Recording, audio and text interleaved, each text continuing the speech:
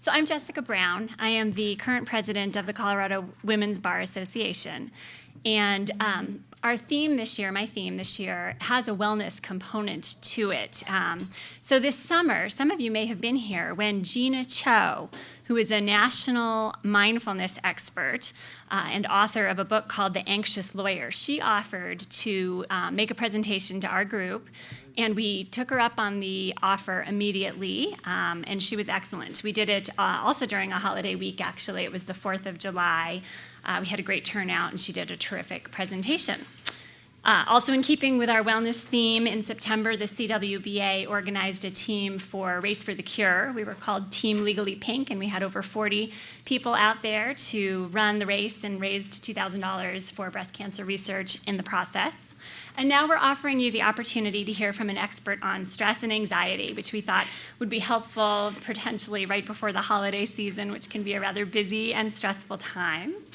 To some degree, I really think stress and anxiety just are part and parcel of being an attorney. I get really nervous and anxious if my associates seem super relaxed because, we have to look out for pitfalls around every corner and be on top of all the details. But it is important to manage that stress for good health, as you will hear. I was actually stressing this weekend about whether this presentation would be too stressful for all of you.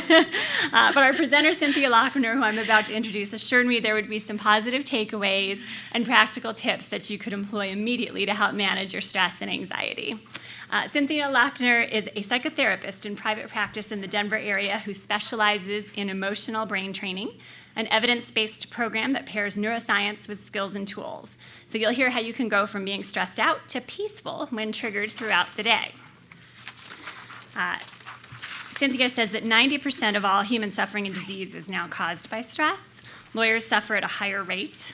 She also helps with secondary PTSD, which is also known as vicarious trauma, burnout, anxiety, depression, emotional eating, and addictions. In addition to lawyers, she also works with their clients and physicians and law enforcement. She notes that many attorneys worry about working extremely long hours and not enjoying their lives or getting sick from the stress. Her goal is to help people before they have symptoms of physical and mental issues, so this is prevention. Cynthia has presented to the University of Colorado and Denver Law Schools, the Colorado Trial Lawyers Conference, Colorado Legislative Legal Services, Colorado Defense Lawyers Association, Lawyers Helping Lawyers, District Attorney's Office, and the 4th Judicial District, and numerous other legal groups. So we are her target audience, and she has a lot of expertise that she will share with us now. Thanks so much for being here, Cynthia. My pleasure. Good morning. I think that this week is interesting because, as Jessica said, I'm adding to your stress right away because you're already so busy and Thanksgiving's coming up. But I'm so happy you're here, and so hopefully you'll feel like you have some takeaways that you can already use, maybe even driving out of here, and use them the rest of the week. A lot of times when there's family, then that adds to everything, and we all revert back to the roles that we had growing up. So that can also add to some of the stress. So I think it's stress. Some of us might feel like that. And so stress-free living is really what I offer, stress-free living. I can't guarantee that you'll never have stress again.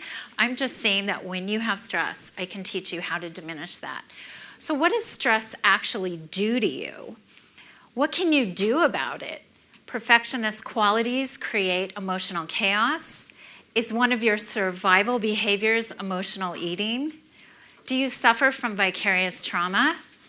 Emotional brain training of the name of this technique, which is the latest in brain science that suggests that you can use the emotional brain to change this. So, as Jessica mentioned, 90% of all disease and suffering is caused by stress. I work with physicians too, and when I say that to them, they say, I get that, because we see, in our practice that there is a stress component when people come in and have different illnesses. So stress can kill. I know this is uplifting, but 90%, as I said, of all human suffering and disease is caused by stress. So learning to address what is troubling you as it appears can add quality years to your life. Common medical problems that are affected by stress include Alzheimer's disease, depression, and asthma. Stress not only makes us feel awful emotionally, It can also exacerbate just about any health condition you can think of. Stress actually increases the rate in which our cells grow old, making us more prone to age-related diseases, such as heart disease and diabetes. So high cortisol. How many of you have ever even felt cortisol? I had some trauma in my life and I felt it. I didn't even know what it was, and it feels horrible. It just feels like something just like going down your arms, and it's like, it just takes over your whole body. High cortisol also impairs immune function and makes it harder to fight off infections. In addition, cortisol increases blood sugar levels and boosts the risk of type 2 diabetes. Research also shows that chronic stress makes us reach for comfort foods. That's why I talked about emotional eating earlier. Even if you're thin, you can have emotional eating as an issue, and we'll talk about that in a few minutes. And again, none of this is shaming, blaming. It's just awareness. That's all this is today. Just be aware and going forward so that you can take care of yourself. So comfort foods contributing to the growing obesity epidemic. Stress is also a trigger for tension and migraine headaches, along with anxiety, depression, and it contributes to gastrointestinal problems like irritable bowel syndrome, heartburn, and acid reflux. And that is actually a quote, and his name is Jay Winner. He's an MD, for family medicine founder and director of the Stress Reduction Program for Sansum Clinic in Santa Barbara, California. So here's the thing about attorneys, and this is the tricky part for all of you.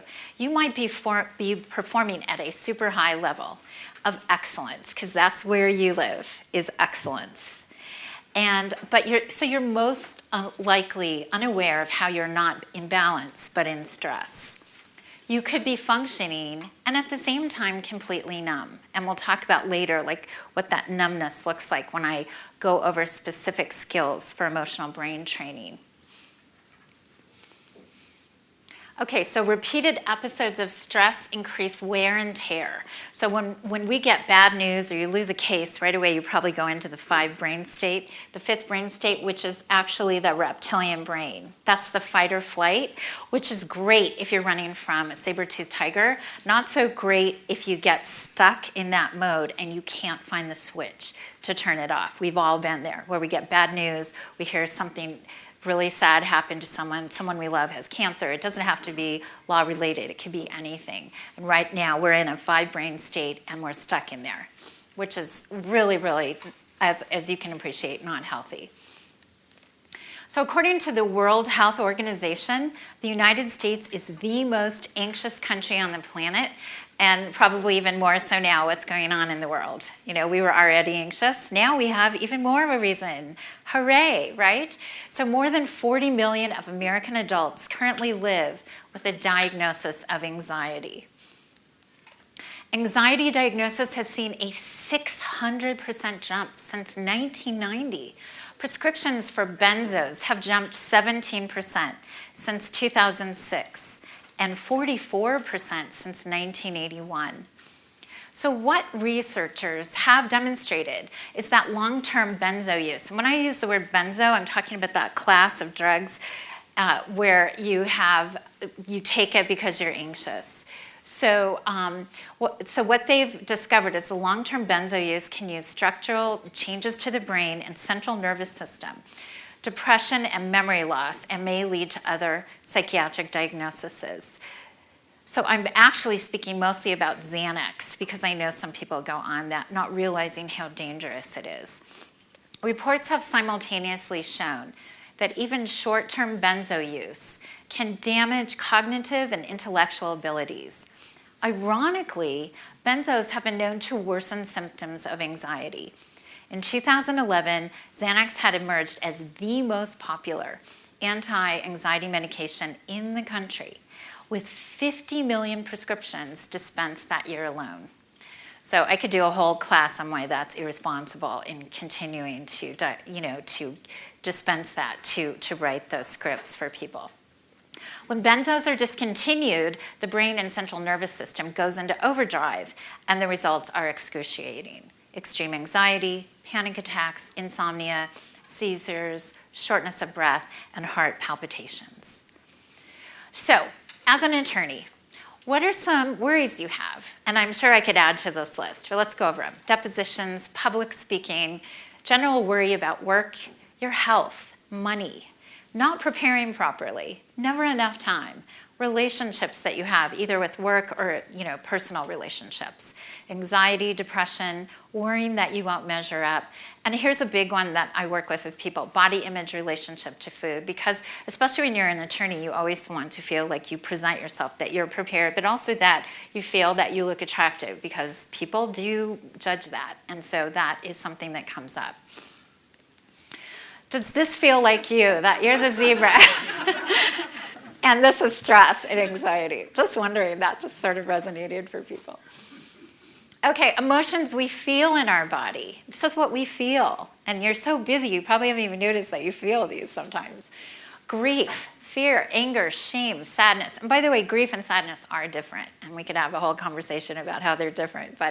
And by the way, if you have any questions, I want to encourage you to raise your hand, because this is a small enough group that we can make this casual. And I think it will be interesting for all of us to kind of feel comfortable that you can just jump in. And if you have a question, let's just get it out. I'm sure everyone has the same question as we go along.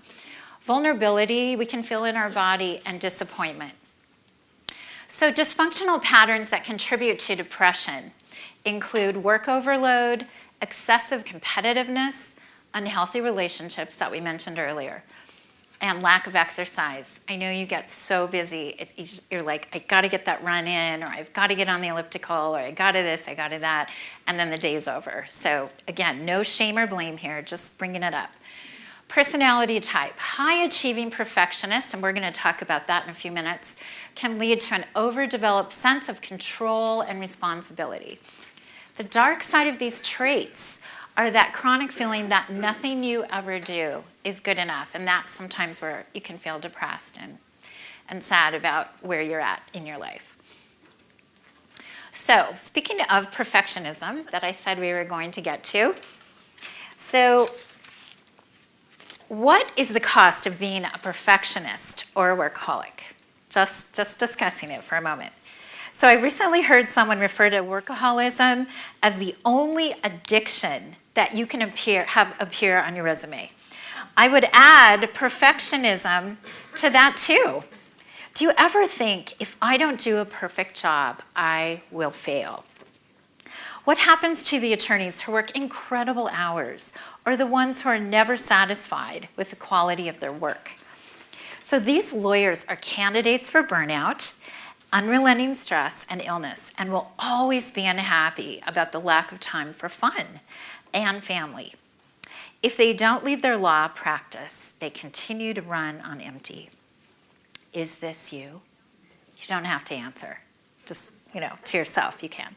Do you have a critical inner voice that tells you never do your work well enough or fast enough? Does that inner critic tell you your work will only be worthwhile if you make it perfect? Making a conscious effort to change your inner message is the first step. Okay, so let's talk about first steps we can make. Here are specific questions for you to process. Do you have a tendency to be a perfectionist or workaholic? And is it negatively impacting your life? Just take a second here. Just think about it. You're always too busy to probably even think about these things. Or you think about it and then 17 things happen and you don't do anything about it. Now, if you have a piece of paper and a pen, you can just flip it over on something and write this down.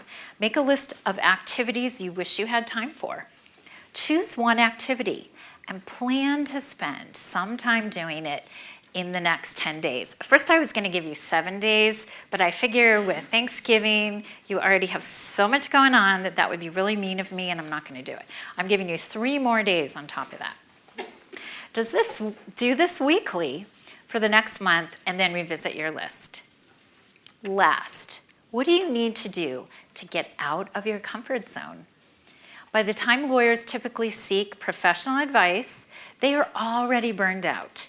People experiencing burnout commonly want to make drastic decisions, but they are usually driven by desperation and not inspiration. Later in this presentation, you will learn some skills and tools that will help you with the perfectionism. So I just want you to Just put that aside now. Okay, so we talked about stress. So the root of stress, and underneath that is addiction. So it starts early in life as the wiring of how to self-regulate stress is transmitted from one generation to the next during the first 3 years of life. This is what I mean. When you're in utero, in that last trimester, we're not blaming your mom. She did the best she could. But if she was super stressed, guess what? You felt it. You're like in there going, oh my God, what's going on? So this is where it first starts. Now, maybe your mom was like relaxed and everything was pretty good. Again, we just can't help the way we are. But this downloads into up to the first 3 years of life. It just gives you an explanation of maybe why you are the way you are. So when we talk about addictions, we're talking about overthinking. That can happen with attorneys, overworking, overdrinking, overspending, overeating, over-exercising, if some people are just so obsessed about, getting that exercise in. Rescuing, because they're so busy helping other people that they're not dealing with their own situations. Even lawyers sometimes do that. Affairs, because I don't know how you'd have a time for an affair, but I've heard of that. People pleasing, and being a couch potato is actually an addiction, because you just like sitting there. And I've worked with people that get home, and especially for people that don't have families, and they're just fried. And they're just sitting there in front of the internet, or they're sitting there in front of the television, and it was, maybe 7 o'clock when they got home, and now it's 11:30, and they don't know where that time went. And again, this is not any kind of blaming, shaming. Just think about what some of us do and how can we improve it. Okay, so I'm really visual, and most people are. So you know how I talked about the reptilian brain? That's that survival instinct. That's where that fight or flight, that's how we survive. Most attorneys live in that brain, and that's not a judgment, but that's just how it is. The mammalian brain is the emotional brain. That's behind the eyes, and so that's where we get really excited and happy, and that's also where we get really upset. It comes from the same place. And then the neocortex part of the brain, the prefrontal cortex up here, is where there's the emotional, there's the planning and deciding and analyzing. And the problem is when you go offline and all three are not working together. You might still be stuck in that brainstem, the original brain we had. And the best thing is when you can get out of that and you can be calm again. All three brains are working in alignment. So we're going to talk about how you get to do that. So memory is stored by brain states. So what this means is every time something good happens, it goes into one of these drawers. So if something awful happens right away, it's like you don't even know that it's going to end up with a really horrific ending, but it seems like something else. So right away you're like, oh my gosh, I saw this bruise on my arm. I think I have cancer because I've never seen it before. And I just know someone must have cancer that has this bruise. So we tend to do that. So it doesn't have to just be about being an attorney. So every time something awful happens, it goes into the 5 brain state. Conversely, the 1 brain state is every time something great happens, it can also work like that too. But the problem is whatever we focus on becomes bigger. So if we keep worrying about ourselves and we keep thinking, oh my gosh, this is terrible, or I'm going to screw up on something, whatever we focus on becomes bigger. And that's why you need to try and think different thoughts so that you can calm yourself down, and you can do that fairly quickly. Even when you're sitting at your desk, you can even do it in court. You can calm yourself down and deal with how you're feeling. But the catch is to catch it before it just becomes bigger than life.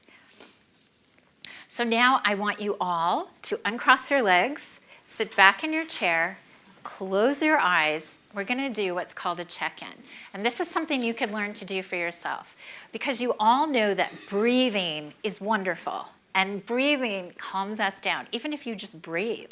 People are so busy, they're doing that, breathing where they breathe really fast. And that's not doing you any good. So what you want to do is just close your eyes, and I'm going to walk you through what I call a check-in. And sit right in the back of your chair, uncross your legs, because you want everything to just move through your body and feel this freedom. So be aware of your breathing. I want you to turn your attention to your body and to your breathing, which crowds out less effective ways of creating security, such as thinking or doing. Take 6 to 8 belly breaths. Diaphragmatic breathing is physiologically very powerful, and again, is simple and relatively effective in calming a stress response. So now I want you to add touch. Keep your eyes closed. Add touch to the breathing awareness. Put your right hand on your abdomen so that you'll actually feel your hand pushing out that breath. That's how you'll know if you're doing it right. Or you can put your right hand on your heart, or take the right hand and gently touch or stroke your arm. All of this helps to deepen the stress response and to try taking it down, just keeping yourself very, very calm. I want your shoulders back, chest out, chin slightly up. And now I want you to relax your facial muscles and adopt a peaceful smile. As the face melts into a warm and peaceful smile, the relaxation response deepens. Now, even though your eyes are closed, I want your eyes to have a softened expression toward you, toward yourself, that expresses kindness. Especially as attorneys, we're so hard. You're so hard on yourselves. And I want you to be kind to yourself and really start to see yourself lovingly, just as you are, in the present moment, without judgment. By observing yourself, you are turning your attention to the prefrontal cortex, that's the top of the brain that I mentioned to you, and its capacity to attune to your emotional brain. Feel the energy of life in every cell of your being. Body awareness is key to emotional connection, and awareness of the aliveness in the body eases stress and can activate the brain's reward centers. So now, bring up a voice in your mind that is kind and strong. The brain is highly sensitive to the pace and tone of our voices. Finding the specific pace and tone you need is calming and often is enough to take your relaxation to a more intense level. Say to yourself words you most need to hear right now. A sign the brain is in balance, drawing upon the subtle and complex functioning of the neocortex in harmony with the emotional brain. So I now want you, before you open your eyes, to try to think for the first time what brain state you might be in, because you've never really thought about this before. And these were sent as handouts, the brain map and the brain state test. And hopefully most of you have brought those here and you don't have them filled out. We're going to go over that in a minute. So maybe you're a 5 brain state, even though we just did hopefully the soothing check-in, you could still be a 5 brain state because you're thinking about, oh my gosh, I have all this stuff to do and I've left and here I am and I'm sitting here and I'm stressed out, listening to how I shouldn't be stressed. And so maybe you're a 5 brain state, or perhaps you're a 4 brain state where you're still quite stressed, maybe not as much as a 5 where you could be really hyper aroused or numb. A 4 brain state is where you're pretty stressed. A 3 is where you have positive feelings and negative. A 2 is where you feel mostly good, but maybe you're a little tired, maybe you're a little hungry, maybe you had a conversation with someone over the weekend that didn't go well and you're thinking about it.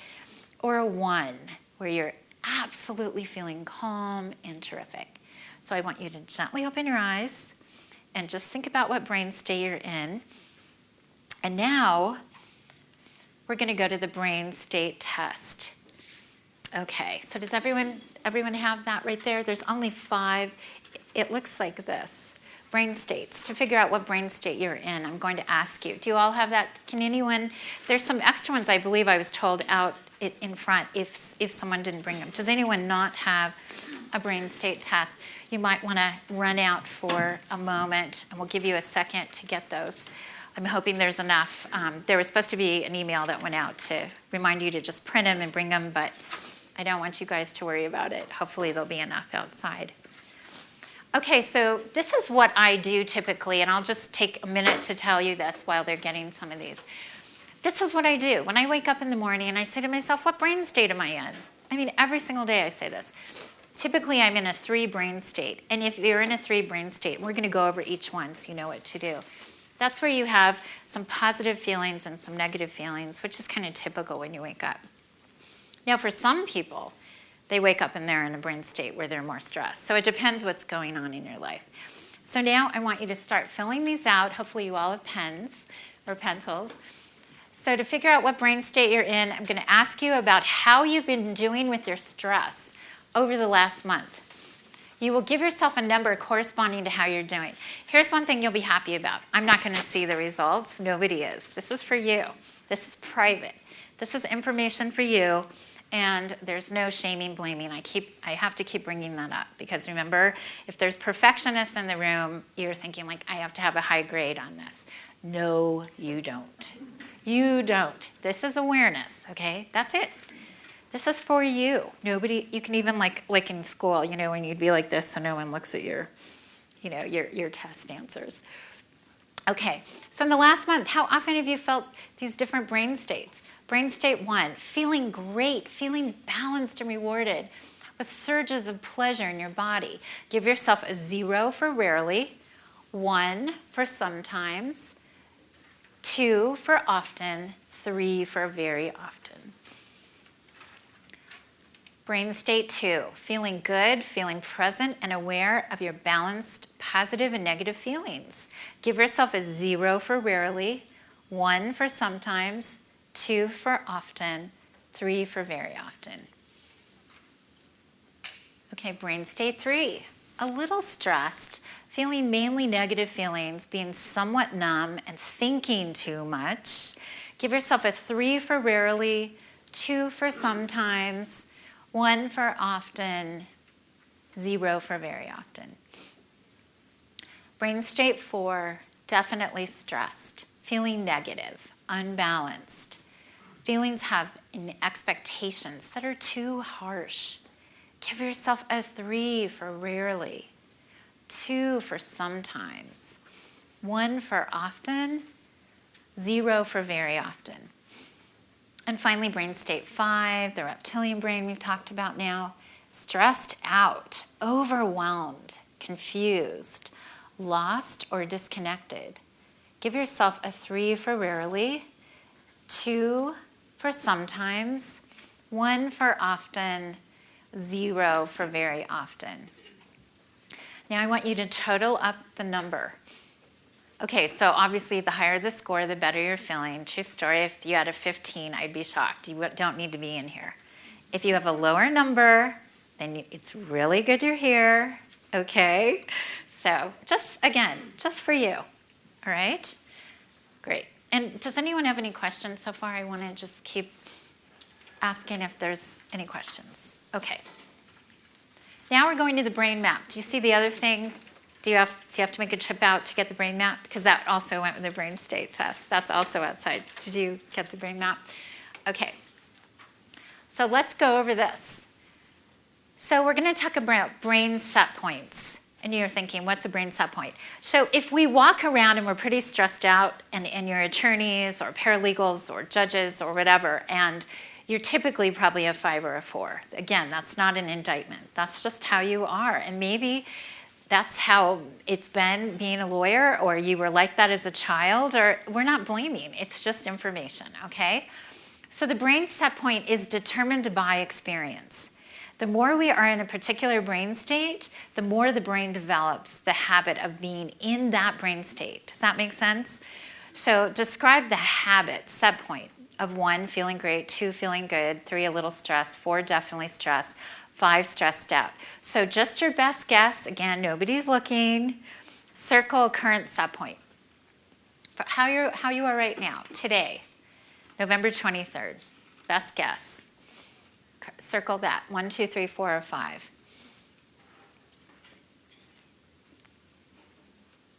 And then the next one is your father's set point. So growing up in your home, what was that like? All right, full disclosure here, my dad hated his work. He would come home and my mom would say, how was your day? And he'd say, fine.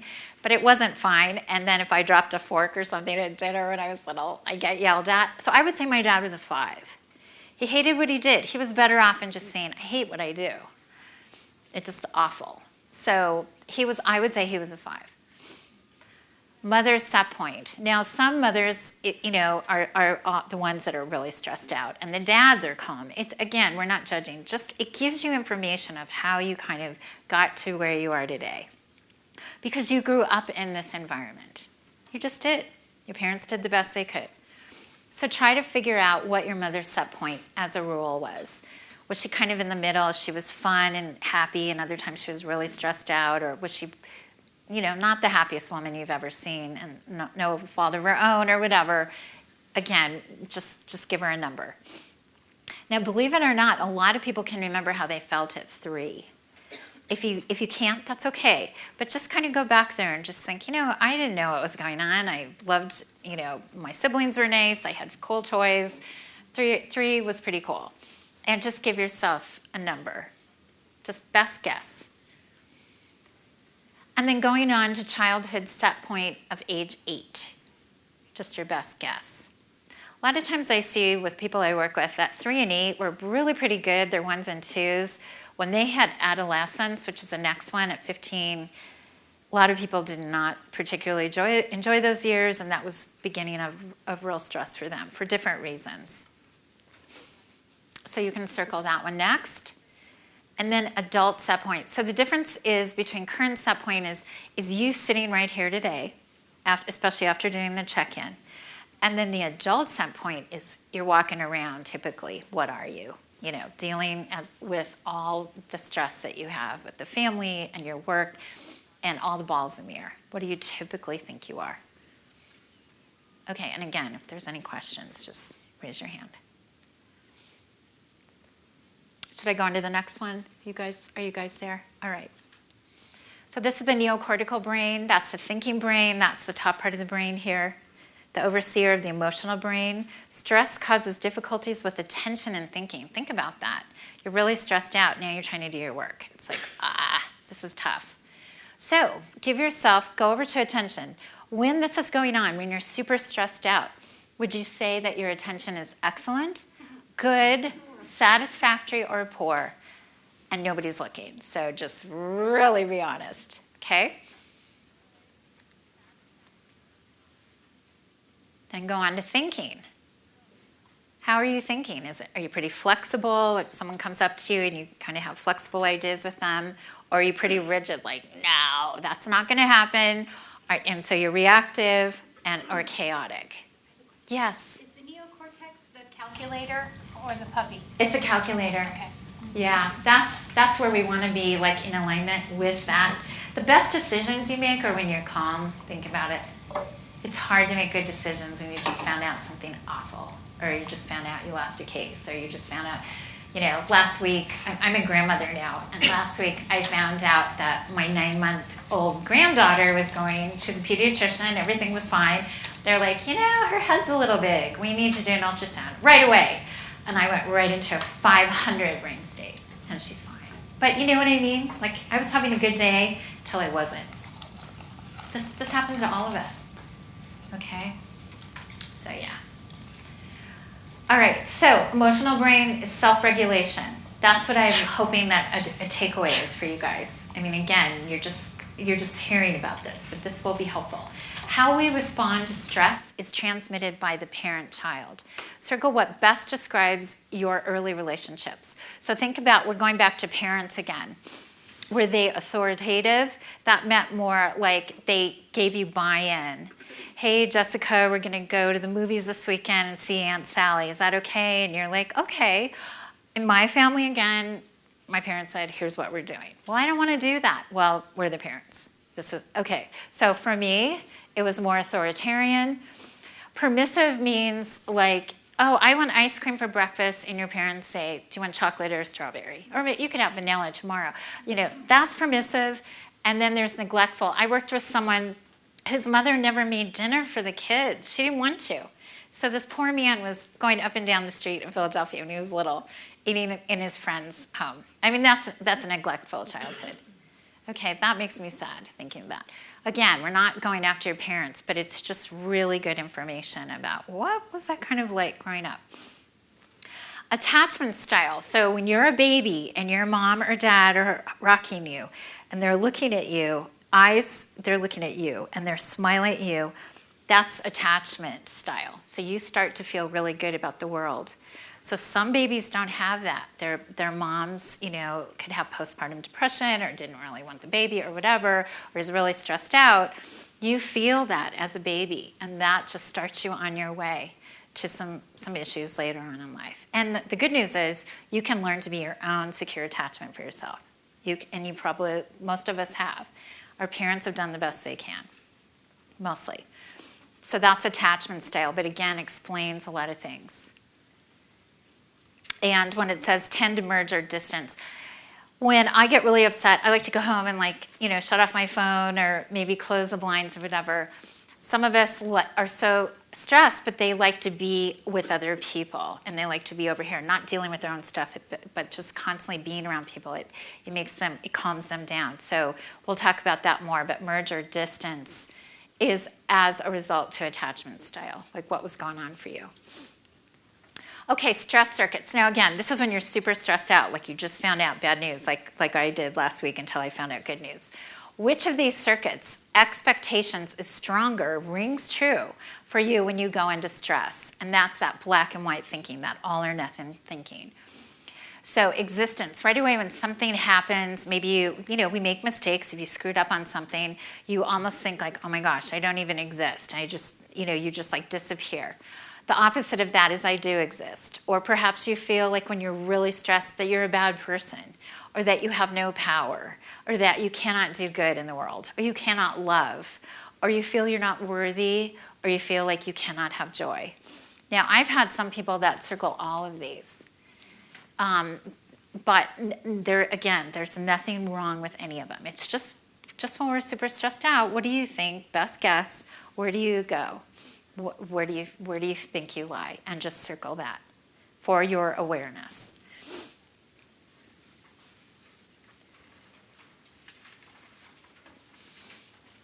Okay, survival circuits. When you're stressed, fearful or numb, because some people don't actually get scared, they just go numb. They don't feel anything. They stuff their feelings. Which patterns, which means behavior, emotion, or relationship, bring you safety or comfort? So you know how we talked about emotional eating. So sometimes you can stand at the refrigerator and you know you're not hungry. But that cheesecake looks really, really good. And you're not even paying attention that you're eating that cheesecake. So we've all been there. For some people it's salty things. I hear people like wheat thins or potato chips or whatever. It's comfort foods when we're in that 5 brain state. So that's why I want you to start getting used to, what brain state am I in? And you step back and you go, oh yeah, I'm a 5, and I know why I'm a 5. And then you can step away from the food. And also say to yourself, I can have that cheesecake anytime, or that box of wheat thins. But I'm just not going to have it right now, because you don't want to feel deprived. And food has been there for you as a comfort, perhaps. Some people still smoke, some people drink.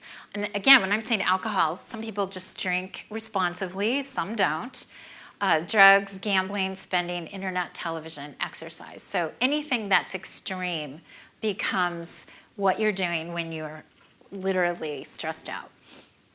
Some people stay really busy, like so busy so that they don't have to think about what's bothering them. There's fantasy, sexual excesses, sleeping, hoarding, overthinking, overworking. I've worked with a couple of men that have porn addictions. That's where they go when they're stressed out. Emotional, hostility, depression, anxiety, panic, shame, numbness, mania, false highs, like when you're trying to pretend like everything's great, but it really isn't. Relational, we talked about distancing and merging. Some people do both. It just depends. And then just circle the ones, and again, nobody's looking, so if you have to circle as many as possible, then you do. Just information.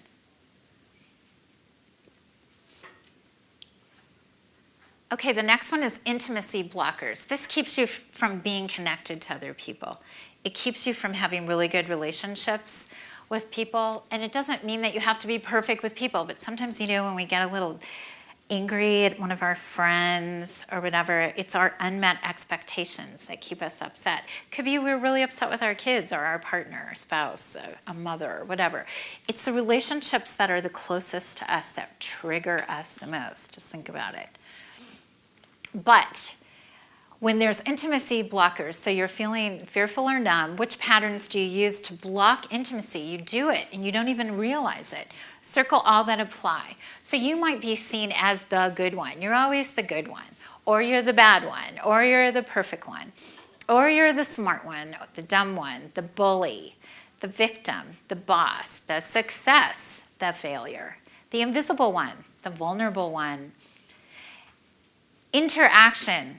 When you're with people, you might interrupt them a lot. Maybe you're bragging. Maybe you're disappearing. Like you say, I'll be right back, and then you're out of there. You're judging, criticizing, lying, joking too much, pretending to listen, tuning out, mindless talking, nonstop talking, placating, sarcasm, complaining, hysterics, overanalyzing, and stomping off. Maybe there's just one in there that you might be doing. Just pay attention to that. And then the last one in this section is hurts, which is trauma. So that could be emotional, physical, sexual, or other. A cluster of hurts is when everything was going along great in your life, and all of a sudden, maybe when you were an adolescent, you had a few rough years there, or a really bad junior year in high school or something that was just so painful. That's what cluster of hurts means, and you can circle that. Or adversity insufficiency, which just means that you had like this, in your memory, this magical childhood, and then all of a sudden things got rough. And some people had great childhoods. And what's interesting is I've seen where there's like two sisters, and one sister thinks, wow, this was the best childhood in the whole world. And the other sister goes, I couldn't wait to get out of there. It was so toxic. So it's fascinating to me. But for some people, they just grew up with very limited, minimal emotional pain. Yes? What's the relationship between the hurts category and the intimacy blockers? Is that asking how are we using those, or? Well, yeah, what it's saying is it's just giving you more information around what was going on for you. That explains why you might be doing some of those. But it's also an intimacy because if you are hurt, it can give you some explanation of why it's difficult to deal with some people. They might be triggering you or something. And so did that answer your question?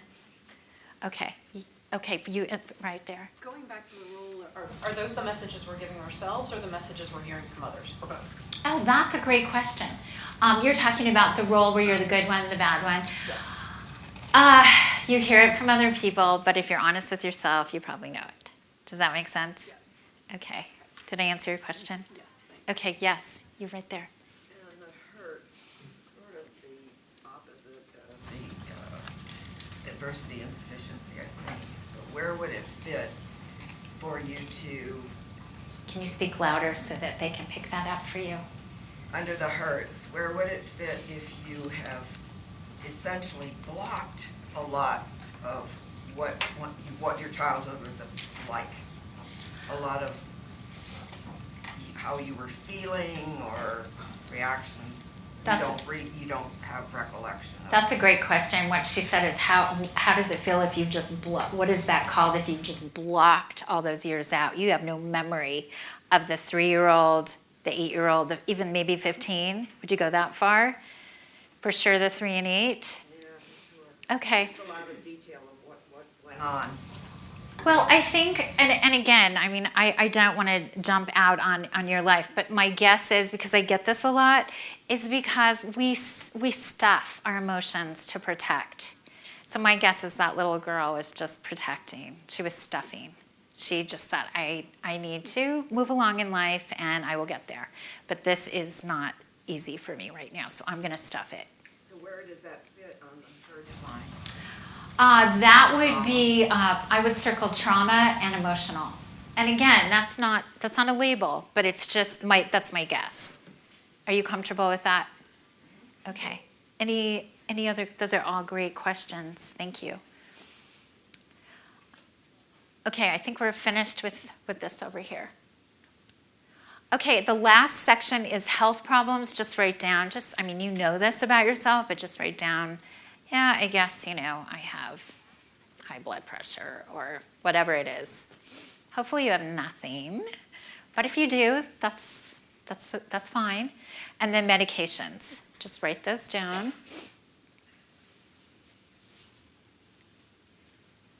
And then this next section is lifestyle foods, so percent of diet of unrefined foods. And fruits, vegetables, healthy fats, would you say you partake in less than 60%, or that you're really trying to eat more healthy foods?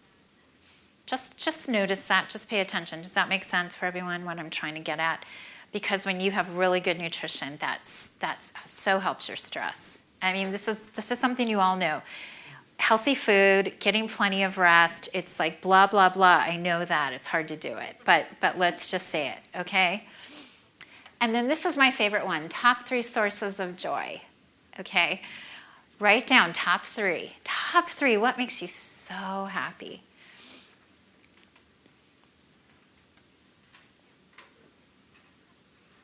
I was working with this couple and they're both attorneys. And honestly, I felt so bad for the husband because the wife is this stunning woman. She does criminal law. And she's writing down, I love yoga. And I love our puppy. And I love my work. And I thought, eeks. And I looked at his for the top 3.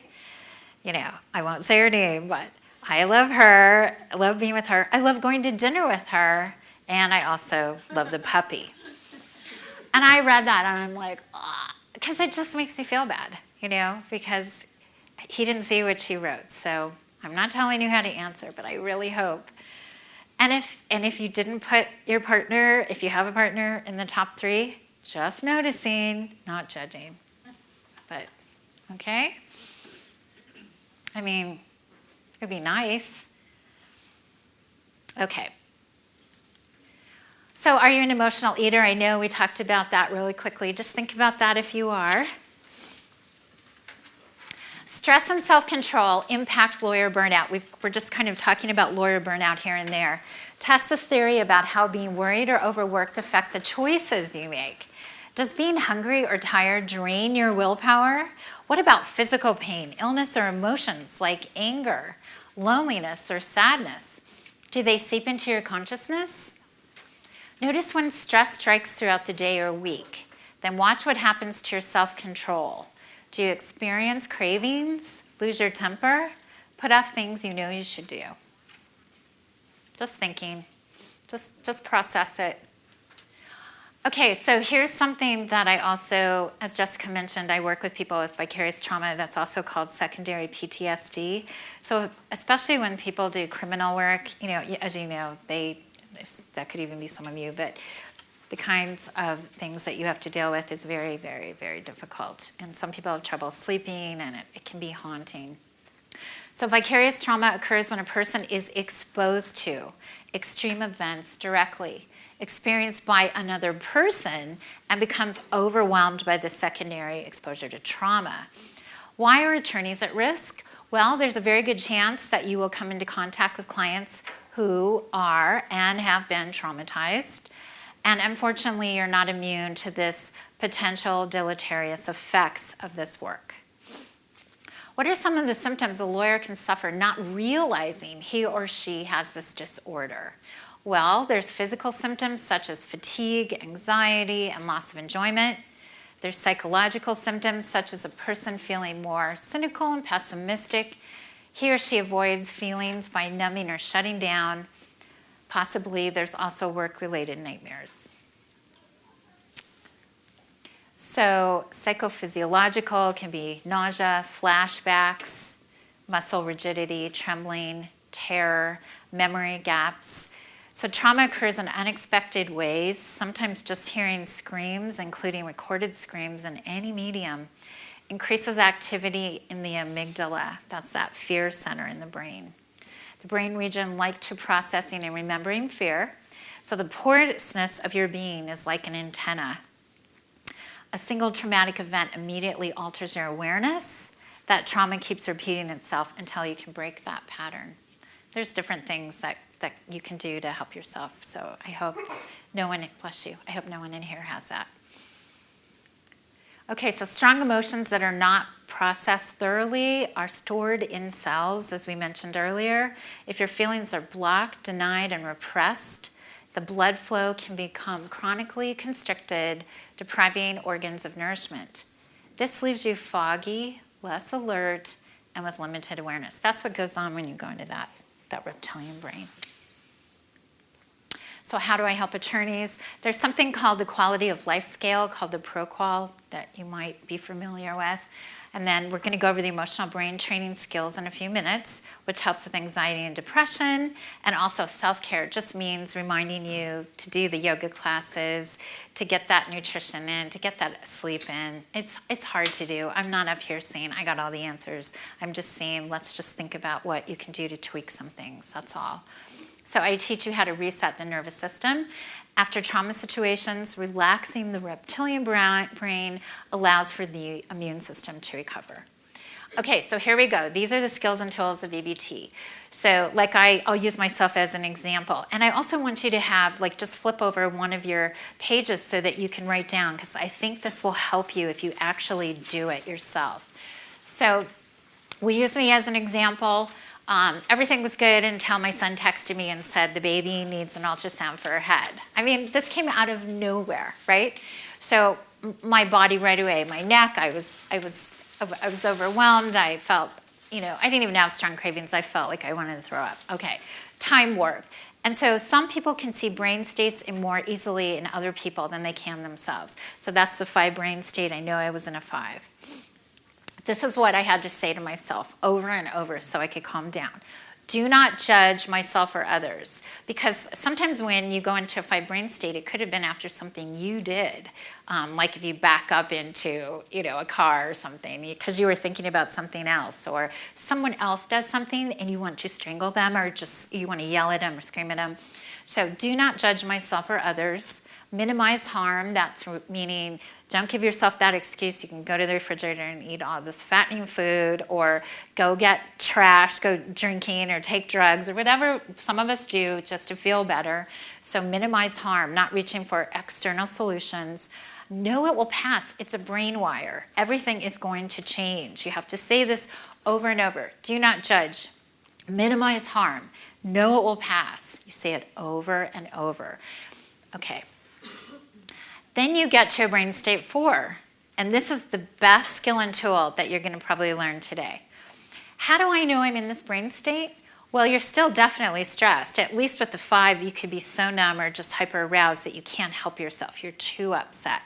So you say what I just told you to say over and over and over, and you could be in your car, you could be in the shower. If you're in court or if you're at work and you can't do a cycle, you just say to yourself, okay, this is awful, I'm going to deal with this later. And this is when you go into that 5 and then the 4. So your emotions are ramped up, your feelings may shut down, tension or fatigue, body pain. So you're still feeling really, really stressed. Best bet to identify distancing or merging from others, because that happens when you're in a 4. You're either over in somebody else's business, or you're like, you just want to go home and close the door. You hear that harsh inner voice that's super negative. That can go on when you're really stressed out, especially if you're an attorney, because you're just, that's how, you just get really, really upset. You have intense negative feelings. But what is good about this brain state? It's the most effective state for rewiring the stress circuits, for moving up the brain state. The reason I say moving up, remember we're in the reptilian brain when you're upset, you're trying to get it moved up so that you're with the emotional brain, you'll do the cycle, which is what we're talking about now, and then you can get up here where you're just getting yourself calm, and all 3 brains are in alignment that we've talked about. Okay, so again, this is the most effective state for rewiring stress circuits, and it trains the brain for hope and power. It gives you something you can do to help yourself, and it doesn't involve drugs, and it doesn't take a long time. It just takes a few minutes. So you say to yourself, and that's why I wanted you to have a piece of paper. So think of something that's upset you just recently. It could be someone at work. It could be something that happened at home or with a friend. I got to believe there's something that's bothering you, right? Something. Just the facts. List 3 or 4 short, choppy sentences that are facts, not feelings. So just write down a couple things, like just one topic. You might have 4 topics you're so upset about. Pick the one that upsets you the most. And then you keep doing these cycles over and over on different topics. Does that make sense? I know this is new and I'm throwing a lot of information at you. Does anyone have a question? And once you do it, you can even by writing it down, it'll make you feel better. So just write down 3 or 4 short, choppy sentences. The brain doesn't like a long narrative, just real quick, that are facts and not feelings. Then you say to yourself, and if you were by yourself, you can say, I'm angry that, and you let the brain do all the work. What bubbles up? I'm angry that. And then, because right now, this is private, so you just write it down. But if you were home, you could do this for yourself, or in the shower. If you live alone, it's easier. You could be running around. Your dog might freak out or something. You could say, I'm angry that, I'm sad that, and you get to all these. But what happens is you are connecting with the emotional brain, and you are getting these emotions out of your body. Remember when I said 90% of all human suffering and disease is caused by stress? If you don't express them, it stays in your body and it will go somewhere. I don't think you want that. So this is an option for you to try to get rid of these feelings that we all carry and we all have. So you do, I'm angry that, all has to be on the same topic. You might have 2 or 3, 4 or 5 of these. I'm angry that. Then you go to, I'm sad that. I'm sad that. And then you do, I'm afraid that. And then I'm guilty that. Guilt isn't, oh, I wish I had called my mom and now she's in the hospital. She was in a car accident. She's in a coma. I should have called her back. I'm not talking about that guilt. I'm talking about when you could have helped yourself, but you left that back door open and someone that usually upsets you came back in again and upset you. Can we relate to that? It's usually the same people that trigger us, but we open the door sometimes and give them, the key to get in and have a welcome mat there and hot chocolate. Okay? So, and again, not judgment, but if we recognize this, we can stop doing it and we can protect ourselves from this pattern of doing it over and over. Okay? I'm angry that, I'm sad that, I'm afraid that, I'm guilty that. So those are all called the natural flow of feelings. Anger, sadness, fear, guilt. And it's something that you can get rid of throughout the day. You can be driving, when you're going downtown, you can be taking a walk, you can be in the shower, whatever. You can, in your home, even if you live with someone, you can just go in the other room and even write them down. It just feels better to express them. This is a natural process, and one feeling melts into the next. Often after 3 statements of a particular feeling, you become aware of the next feeling. And it helps to use very short statements with strong feelings rather than thinking them. Typically attorneys, they analyze things and they think things and they intellectualize things. So this is kind of tricky. It's different because you're feeling things. You guys need to feel them, and then you can figure out what you're feeling and then get rid of them. Okay, does that make sense so far? So when I said before, it's our unmet expectations that keep us upset. Just think about something that's upsetting you. And we keep waiting for people to be like us. We keep waiting for someone to react the way we would. And we keep giving the same people the same opportunity to be them. And we're disappointed. Isn't that, it's just fascinating to me. So you say to yourself, what is my unreasonable expectation that is fueling my stress? You could be really upset that someone did something, but they've done it before. And so the wire is an unconscious, unreasonable expectation as I must be perfect, I must be in complete control, whatever I do, it won't work out, I'm a bad person, I don't matter. All these things come up when we're in a 5-brain state. We think these. We might not even realize it. Okay, so what we do are grind in. So if you think I must always be perfect, the opposite of that is what? I don't have to be perfect. And I can still be wonderful. I don't have to be perfect. I don't have to be perfect. Whatever it is. I mean, I'm just making this up because I'm just trying to get the idea. These are things that you can tap into your own personal situations in life. This is generic, but you can say to yourself an affirmation that makes you feel better. I don't have to be perfect. I don't have to be perfect. I don't have to be perfect. I'm still amazing. I'm an amazing attorney. I'm an amazing wife or mother or husband or, parent or son or daughter, or, we tend to live in that, oh my God, I made this one tiny mistake. My life's over. I'm terrible. I'm the worst. We do this. Give yourself a chance here and get it out of your body. Okay? So a positive, powerful thought is, I don't have to be perfect. I don't have to be perfect. And then set a limit. So I used to have the worst mother-in-law, and I wish I had known these skills and tools when I was married to my ex-husband. I said ex. But anyway, his mother, if I could have set a limit and said to myself, I don't have to be perfect, or I don't have to be this, I don't have to be that, and I only have to be with her for 45 minutes, that would be setting a limit. I would have felt such joy, but I didn't know these skills then.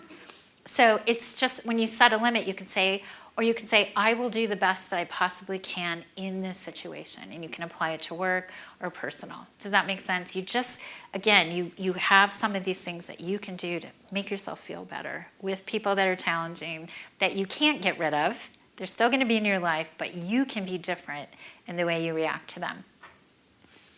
Brain state 3, I told you when some of you were out in the hall getting some of the brain state test and brain map, I wake up every morning and I say, I don't know what brain state I'm in, but then I do what's called emotional house cleaning. So how do I know I'm in this brain state? Best way to identify is I'm a little stressed, I'm slightly numb, I might be even a little irritable. You'd think when you wake up in the morning and you're like happy and you bound out of bed and this is a great day. I don't know those people, but maybe they're out there. So anyway, so I'm like somewhat anxious. I don't know what I'm anxious about. I'm thinking too much. So here's what I do. What is great about this state? Well, if you take care of it before you get one of those calls where you're like 5 and want to strangle someone, you can keep yourself in balance. So you just get rid of it and then you're calmer.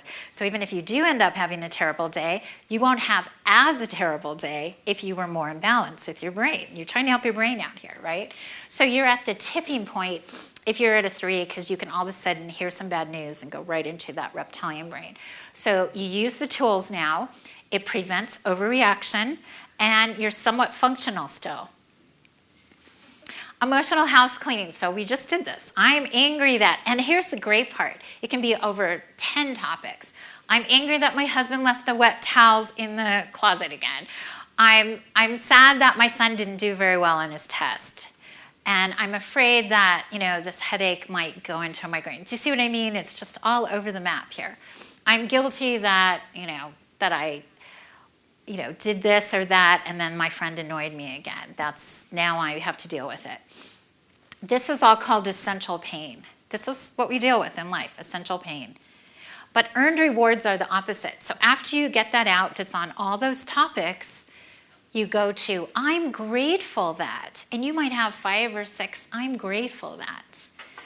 When you have more gratitude than you do on the anger and sadness, it automatically, it's a magic. It bumps up your brain set point where you're starting to feel calmer and you feel like, I can manage.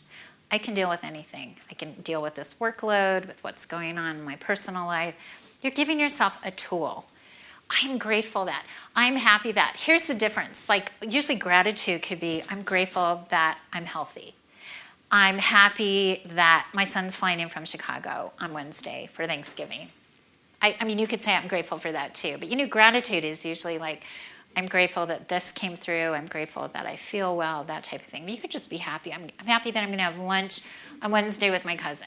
It could be all, but the more of these you have, you bump up your set point to be calmer.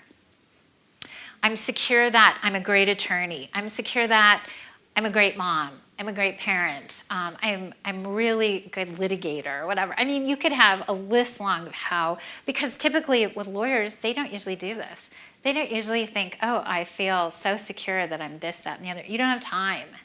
You're so busy running to the next thing, you don't have time. And I'm proud that. I'm proud that I've worked this hard. I'm proud that I'm sitting in here to learn how to deal with this terrible stress that I have. I'm proud that I took the time. I'm proud that I learned how to ski finally. I never knew how to ski, and all these years later, I'm still, I can ski or whatever. It can be anything.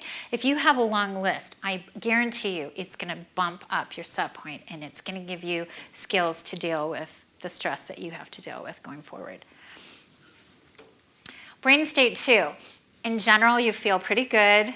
Your body's feeling pretty balanced. Best way to identify your emotions are balanced, highly functional. What's great about this state? Well, it strengthens your joy circuits. You cannot be in stress and joyful at the same time. One of them's going to win. I would rather have you guys be more joyful than stressful.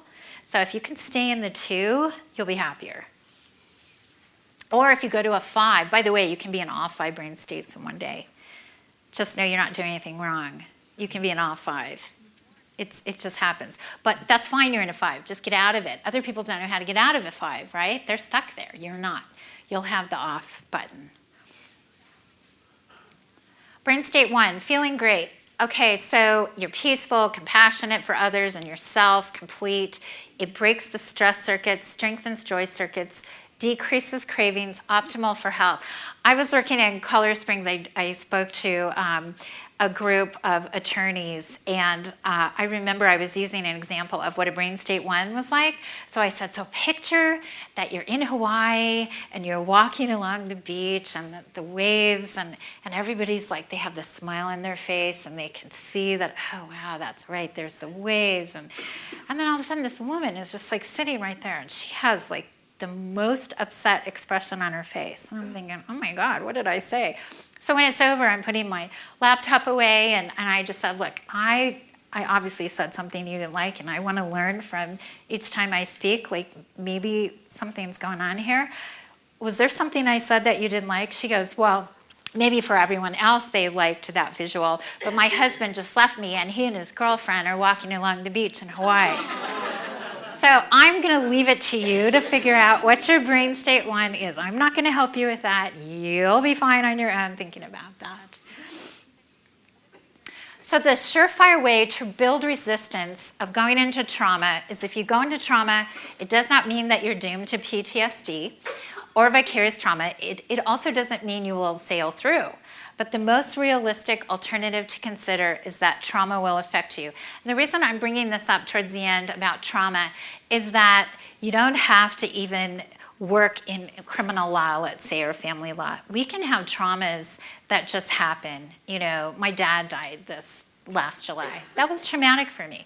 So we can have people that die and leave us. That's traumatic.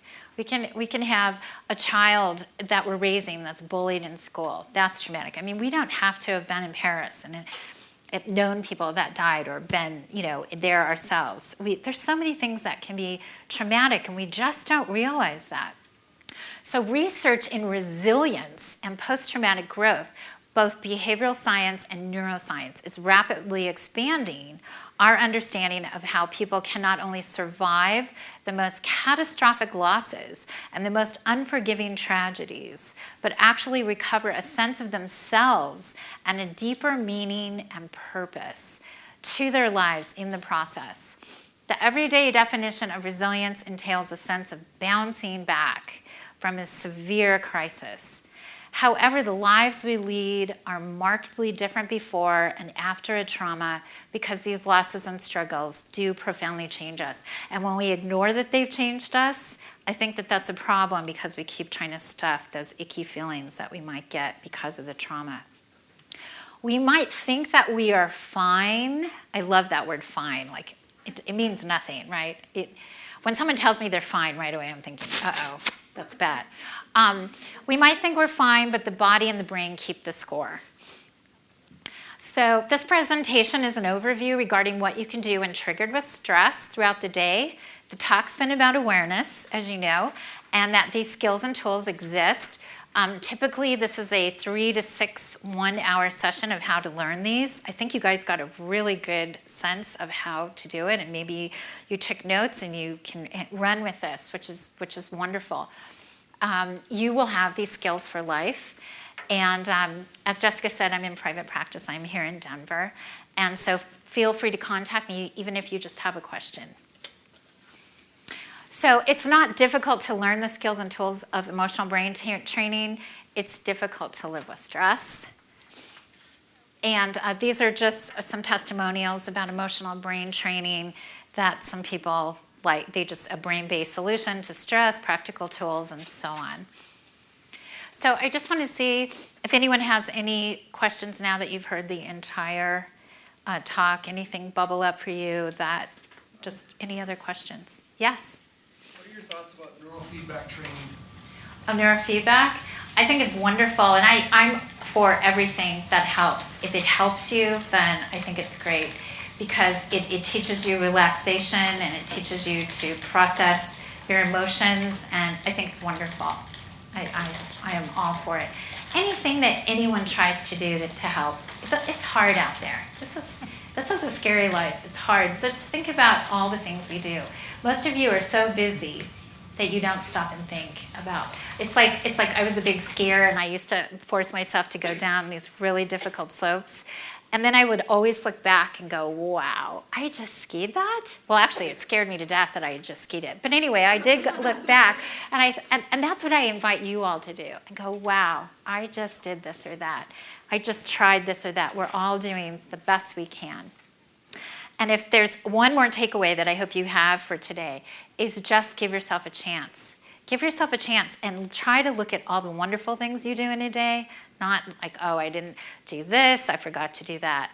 Try to drop kick that right over on Grant, that belief system, and instead say, you know, I'm really proud of myself because this is what I did do today. And that alone will bump your brain set point up. And I thank you for your time. Thank you for coming.